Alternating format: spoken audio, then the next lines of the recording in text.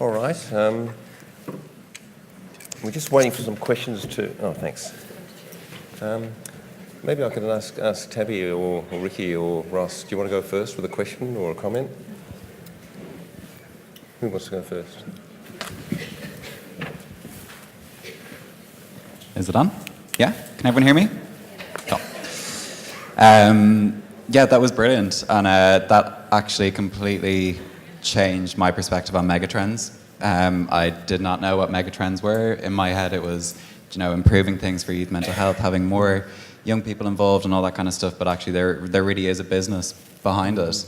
And I think that that's kind of one of the benefits of being young and old and professional and volunteers, is that we can actually try and find that middle ground and hopefully turn youth mental health into the next Uber, and make a bit of cash out of it and kind of keep going and keep things funding and keep everything kind of improving constantly. But it was really, really good. Really enjoyed it. Is that enough of a comment? That's great, yeah. We've got a really good one on the screen here, which is from Michelle Blanchard, which is, what role does increasing global uncertainty, for example, Brexit, North Korea, play in relation to young people's mental health and well-being? So, Bruce, you got any comments on that? What I should point out with megatrends as well is there's a lot of money in megatrends. It's called modeling when you work at a hedge fund. They talk about the quant guys working at hedge funds who do these incredible mathematical models that look at even tiny variations in short-term selling, because there is literally fortunes to be made looking at this. Predicting that uncertainty is a gamble. If you could see 2008 happening, you would be a very rich person, and I would warrant you probably wouldn't be sat in this room now. So answering the question of, what does global uncertainty mean for youth mental health is fundamentally, with any of these things, it's pretty unpredictable. It's pretty hard. But what we do, of course, know is that increased uncertainty leads to increased anxiety, and therefore it would be plausible to suggest that, of course, that on a global level, that can be challenging. In Australia at the minute, we're facing a debate around gay marriage, which is quite different to the one that I believe happened here in Ireland, and unfortunately it's become extremely politicized, and it's become extremely unsettling. So I think for many young people of diverse sexualities and gender orientations, it's actually a really challenging time. So I think that uncertainty does, for impacted individuals, have a major ramification. Maybe we could ask the young people what they think about it too. How are you experiencing it? Kia ora tātou, I'm Tabby from New Zealand. I think, especially right now, I'm not too sure what the impact going forward of these things, such as Brexit, is going to be. But right now, I know in New Zealand, you can see the impact that things like this are having on young people.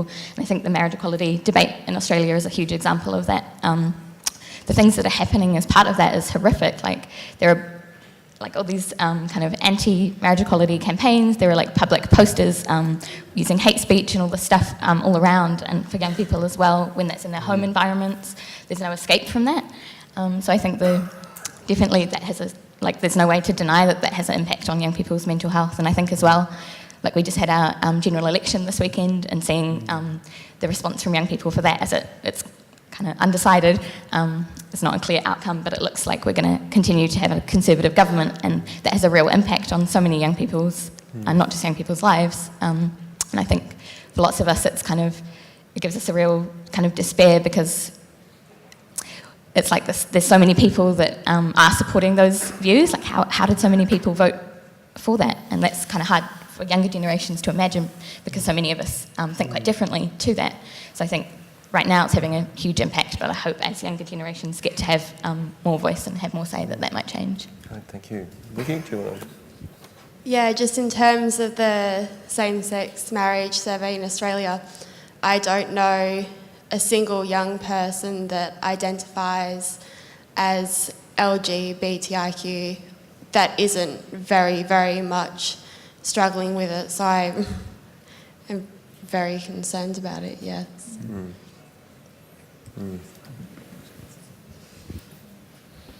Thank you. So I was working with Yes Equality during the referendum that happened in Ireland for same-sex marriage, or marriage as it's now known.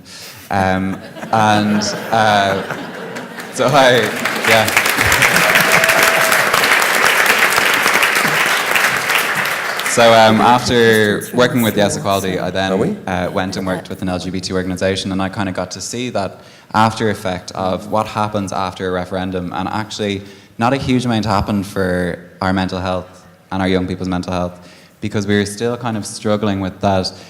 The rug was pulled from underneath us and everything that had been swept under for years and years and years, and we're great at doing that in Ireland.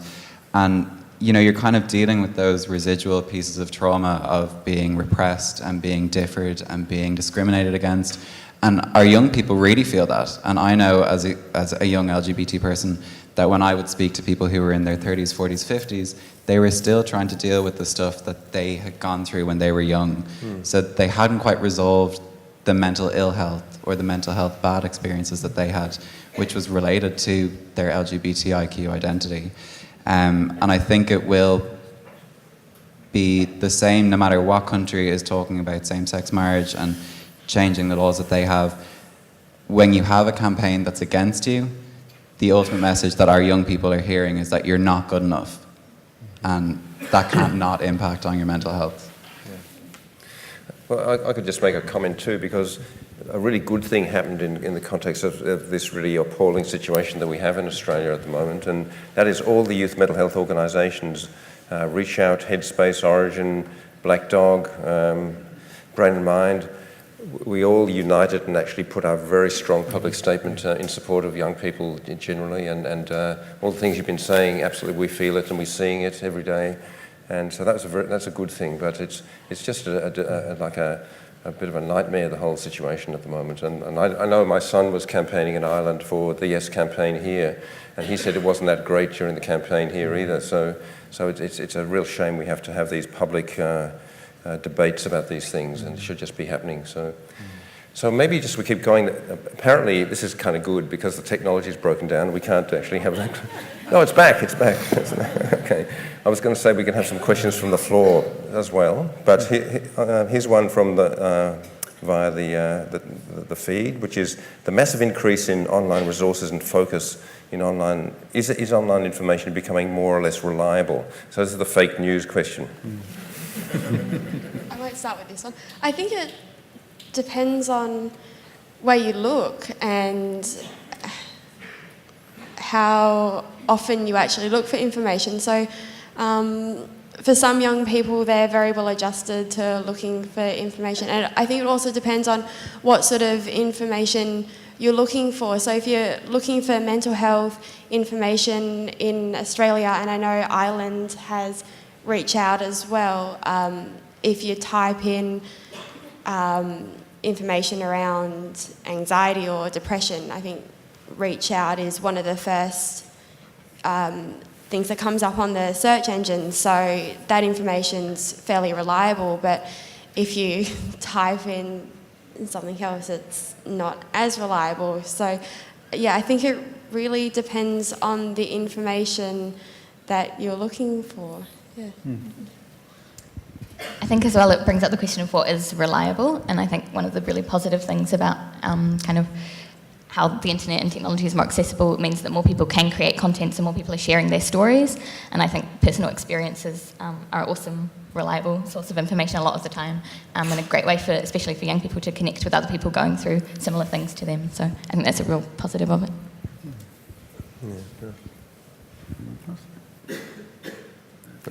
Okay. There's actually a couple of... One thing I've been thinking in my mind, that anything digital related to that I'd love to see start happening. I think we're already getting towards. One is, and I've been involved in many, many different designs of many different things. If I had $1 for every time someone says, let's set up a website, I'd be a very rich man. The first thing, of course, being go to where the people are. Don't build your own platform. Go to where folk already are. And that's why this conference is fantastic in terms of, the Snapchatting, the Instagramming, the Twittering. That's where the action is at. So we don't need to build our own platforms. We need to go to where the people already are. But more broadly, I think the potential for digital technologies, as we get supercomputers in our pockets getting smarter. If you think about it, even one example, we've got machine learning technologies now that if you go on Google Analytics, you can start looking at the search terms that people are using. If we're smart about how we gather together individually identifiable or community level data, even down to the speed of keystrokes, we can start predicting where somebody's mental health is at. If someone's already in our program, we could be looking at their search terms, as long as they're making their data available to us, of course, looking at their search terms, looking at the keystroke patterns and saying, you know what? Do you need a bit of additional help here? Or, hey, maybe you want to have a look at this. We know that cognitive behavioral therapy can be delivered effectively by computers, right? For many people, they don't necessarily want a face to talk to. Some people might find it more effective and certainly more efficient and more reachable and more accessible to literally having that delivered by a smart computer. Now, that is a reality that we're going to increasingly see. We're already getting it from Google. They're just doing it for advertising. Right? They're just bringing you the stuff that you put your search terms in and they ferry it out to you. If we can start thinking about our services in a different way, in a machine-automated way, there's some really exciting potential there. I'm not a computer scientist, but for sure it seems pretty clear. That's where a lot of industry's heading, and obviously if industry's heading there, it's probably worth thinking about. Can I segue from that one to ask you a question then and see what you guys think too? I mean, you talked a lot about, I suppose, positive megatrends, but the ones that I see and we hear about are the more negative ones, like casualisation of the workforce, the kind of insecurity for young people finding a pathway vocationally, and the financial pressures on young people. I mean, for example, in Australia, and I think in increasingly more English-speaking countries, thankfully not Ireland, that young people are being loaded up with massive higher education debt, and it's really, I think, having a huge toll on them. And so also, the other thing, Jeffrey Arnett, who spoke at a previous conference, talked about the stretching of the transition to adult life. So you don't really become an independent adult until your mid to late 20s these days, which is part of the justification for our focus on youth mental health. Yeah. So these sort of things are kind of, they're gifts, but they're also they're threats, aren't they? And so I just wondered if you would all like to sort of talk about that more worrying side of things. Including technology, because I think some people would love to replace face-to-face with technology because it's a lot cheaper, and we're worried about that. Yeah, I think it's interesting. I think there are positives like the idea of having more flexible kind of workforce and being able to work remotely or kind of work for yourself and do like multiple jobs, whether that's online or freelancing or whatever. I think that's becoming a more popular option. There's also this big kind of rise in like social entrepreneurship, and that's kind of the way for young people to like move forward. And I think that's awesome in lots of ways. And I guess like my own experience of setting up a charity has like kind of gone down that path in some ways too. But I think it's also kind of worrying because for young people who don't have that interest or those skills to do something like that, then I think that kind of might see us continuing to kind of broaden that gap between rich and poor. And I think for young people that, especially young people who have come from low socioeconomic backgrounds and don't have the same opportunities to education, or especially young people from marginalised groups who are facing mental health challenges, and then that has an impact on the opportunities that are available to you. I worry about those groups and a lot of young people being left behind in this world that kind of digitises, and how we'll deal with that. For me, as a young person, the biggest stress is the expectation to study more and more than the generations before me, to be able to do the same jobs as the people that I'm working with. So I'm expected to have a bachelor's degree and a master's degree, where the people that I'm working with, they didn't even go to university, and they're earning tens of thousands of dollars more than I'll ever earn for work that I could be doing, and I've got qualifications that they never had to get. And it's like, why am I expected to go and rack up $80,000 worth of university debt that I can't pay off for another 20 to 30 years when I don't need to be doing this? So I'm not sure if that's just me or if that is a problem that a lot of young people are facing now, but it seems like that's the direction that we're moving in, is the expectation to do more and more and more to meet the same standard. Yes. I kind of think that I would find my generation, we're all expected to be a variation of Kim Kardashian these days, and we all, we just have to be absolutely all things to all people, and it's not that the world puts that pressure on us, but I think we put it on ourselves a lot as well. And I know there's kind of a huge push for us to be so relevant and for you to have the most followers and to have the biggest company and to find the newest thing, the hottest thing, the best thing. But I kind of found through my work with the Youth Empowerment Service and the young people that are kind of receiving inpatient care in a mental health service, that it's the really simple things like, oh, will I be able to get a job? Like, what do I say to my friends in school, to my future employers about the time that I don't have anything on my CV?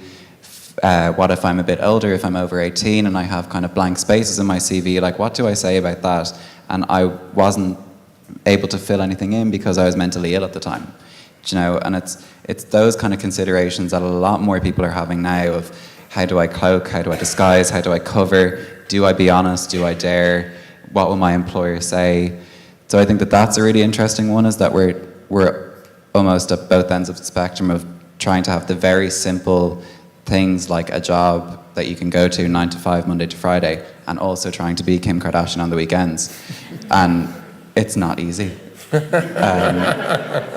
I do kind of think that will be something that we will have to factor into how we talk about vocation, and how we talk about jobs, and how we talk about college, is that, yeah, there's ridiculous expectations that are put on you, and there's not really phenomenal supports behind it, and a lot of it is up to ourselves to figure out. There was kind of a piece that we had done with the young people that developed into a piece of work that was done with the mental health recovery colleges here in Ireland. And that was about reintegration into the community after you've kind of experienced mental ill health. And that was phenomenal for them, because they were like, God, I actually don't feel bad about the fact that I haven't worked in 10 years anymore. And I feel like I have basic people skills to go to an interview. And I feel like I can actually leave my house at certain times. And like, that was just amazing. But again, that came from something that happened on the unit with the young people that were receiving mental health services. So it's kind of interesting to see that starting with, 12, 13, 14-year-olds, and how it graduated up to people that were in their 40s, 50s, 60s, still relating to mental health, though. Okay, there's another question from the audience. How can the billions of young people in the developing world, like Oko, I guess, be best engaged to improve mental health as technology develops? I'll have a go. I mean, that's a phenomenally tough question. I mean, the only thing I'd observe with that is that, in Africa, for example, there's an entire digital economy now which is predicated on the use of phones and phone credits as a way of trading that jumps over the need to have banks, to have bank accounts, to have those traditional architectures around there. And that's the potential of any form of mobile communication device, yeah? And I think Francis was referring to earlier, the group that he's a part of being a virtual group. Well, of course, that's inaccessible for very, very many. There's huge diversity. If we're looking at low and middle income countries, the region where Pat and I work in the Western Pacific, in places, for example, like South Korea, there's literally within 2 generations, they've gone from plowshares and basically a rural semi-feudal way of life to one of the most advanced industrial economies in the entire world, and some of the best maths and English literature kind of scores. Certainly they far outstrip maths than Australia in terms of performance there. So I don't think I can't see a simple solution to that, and I certainly wouldn't position myself to say that I have an answer to that, but for sure there is clear opportunity with the development of those technologies. Well, I suppose technology did connect us with Oko today, didn't it? And, exactly. So that was great. We've probably got time for one more question. They're saying no, but I'm saying yes. One more. Yeah. Up the back there. Yeah.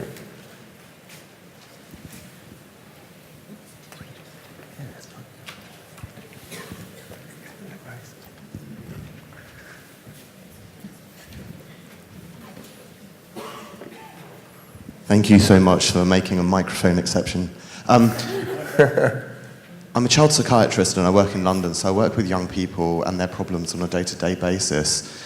I totally get the recent changes in social context, like university fees, stress, environment, job insecurity, all that kind of stuff.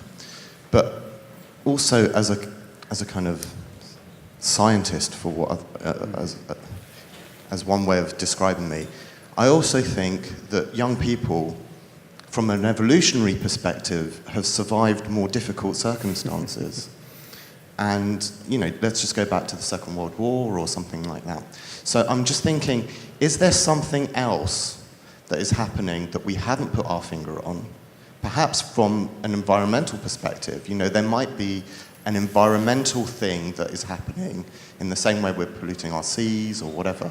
That's just one example. That is creating the change that we're seeing in mental health in our young people today. And yes, there are all these stressors, but perhaps there is something else that we haven't put our finger on yet. Yeah, I think that's a great question. Maybe I could have a quick go at that one. Tell you what I've seen. I've been working in mental health for about 35 years now. I've seen a lot more anxiety in young people. Anxiety is just absolutely incredible. When you work in a headspace, across the board, and across every kind of, label that we might want to put on the person that we're trying to help. Anxiety is absolutely front and center, and I don't know what the answer to that is, but you definitely get the feeling something has changed in that respect, and maybe it's got to do with some of the things we've been talking about in this session. But have you got any thoughts about that? That's a great question. Thank you. I guess my own observation would be on the nature of the stresses. Most of the stresses that we would have experienced in our biological past, of course, were acute. Yeah, in the majority. Fight, flight, what are you going to do? Most of the stresses that young people are going to be experiencing now are chronic. And so, clearly that's quite a different landscape. Your work follows you now all the way around the world, 24/7 hours a day. You're expected to be responding on Facebook or whatever to your mates. And if you don't, well, they might not be your friend too long if you're not quick enough in that response. And that's a classic example of even a pro-social positive, but it becomes a chronic stressor, quite clearly. I think we've also become quite... Did you cut the mic because we're out of time? Yeah. They really want us to finish. They really want us to finish. Yeah. Just on just a super quick point, I think that we've also kind of moved into being very rapidly moving people, and like the idea of like not having to get out of your bed to read the paper anymore. You can watch it on your iPad, you can read it on your iPad, and you can get everything delivered to your door. We've kind of become super quick and super efficient and very German-like, and I think that that's been quite good for us, being able to adapt to things that are so quick to move, that if we're so used to rapid movement that the world changes, awful things happen, but we also know that good things come after the awful things that happen. So I think it's almost in the way that technology in the world is advanced that we kind of just get used to things passing, which has probably riddled us with anxiety. But yeah, we're riddled with anxiety, aren't we? Yeah. Okay, riddled with anxiety, a good place to finish. And I'll be German-like now and bring the session to a close.